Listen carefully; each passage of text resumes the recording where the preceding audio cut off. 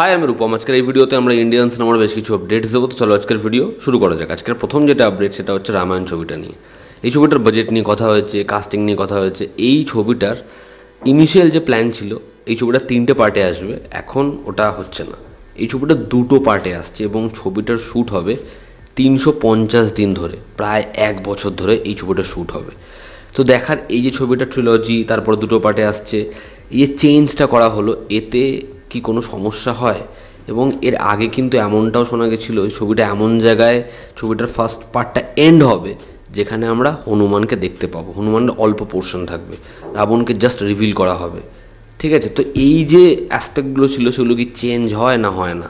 সঙ্গে সঙ্গে বলে রাখি, এই ছবিটা লিগ্যাল ট্রাবলে পড়েছে। মধু ম্যান্টেনা সে এই ছবিটা নিয়ে কেস করেছিল, সেটা আমি আগেই বলেছি। তো সেই দিকটা এখনও সামলে ওঠেনি। আরও একটা দিক হচ্ছে, এই ছবিটায় হনুমানের চরিত্রে আমরা জানি সানি দেওয়াল অভিনয় করবে। সানি দেওয়ালকে নিয়ে এই ছবিটার একটা স্পিন অফেরও প্ল্যান হচ্ছে, যেটা অলরেডি তারা মাথায় রেখে এগোচ্ছে। তো দেখার রামায়ণ কত বড় ছবি হয় এবং এই ছবিটা অডিয়েন্স কীরকমভাবে অ্যাকসেপ্ট করে। আমরা যদি পরবর্তী আপডেটে আসি, তো কালকি 2898 এডি এর কয়েকদিন আগে একটা টিজার এলো। তো এই ছবিটায় কমল হাসানের যে চরিত্রটা, তাকে আমরা ফার্স্ট পার্টে 20 মিনিটের জন্য দেখতে পাবো এবং সেকেন্ড পার্টে তার একটা বড় পোর্শনে রোল রয়েছে। তবে ফার্স্ট পার্টে মাত্র 20 মিনিটে আমরা তাকে দেখবো এবং তার জায়গাটা ওই 20 মিনিটেই নাকি জাস্ট অন্য লেভেলে। তো দেখার কমল হাসানকে কীরকমভাবে এখানে প্রেজেন্ট করে নাগ অশ্বিন।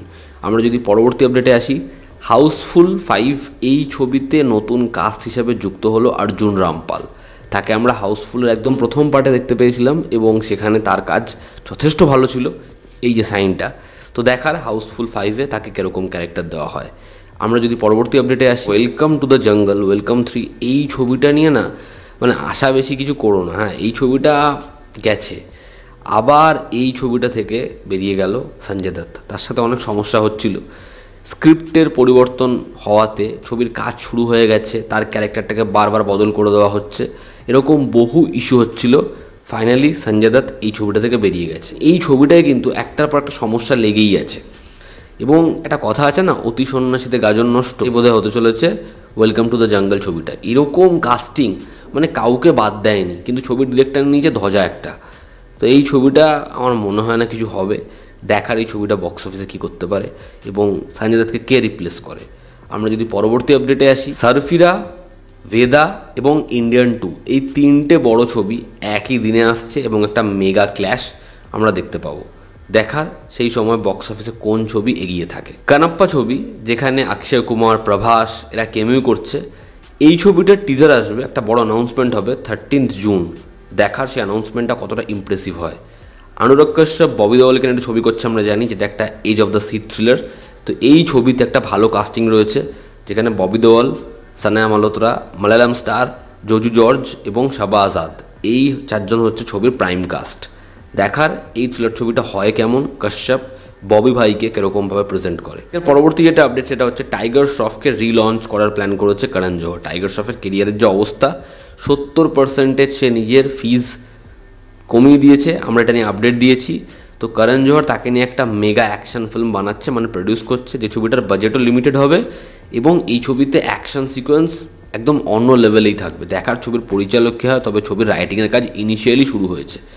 দেখার এই ছবিতে টাইগারকে কীরকমভাবে প্রেজেন্ট করা হয়। রণবীর সিংয়ের অন্যতম বড় প্রজেক্ট ছিল প্রশান্ত ভার্মার সাথে। এই ছবিটা টাইটেল অ্যানাউন্স হয়ে গেছিলো রাক্ষস, যেটা মায়াত্রী মুভি মেকার্স প্রডিউস করতো। এই ছবিটার অ্যানাউন্সমেন্টের শ্যুটের কাজও শুরু হয়ে গেছিলো, কিন্তু ক্রিয়েটিভ ডিফারেন্সের জন্য রণবীর সিং ছবিটা থেকে বেরিয়ে গেছে।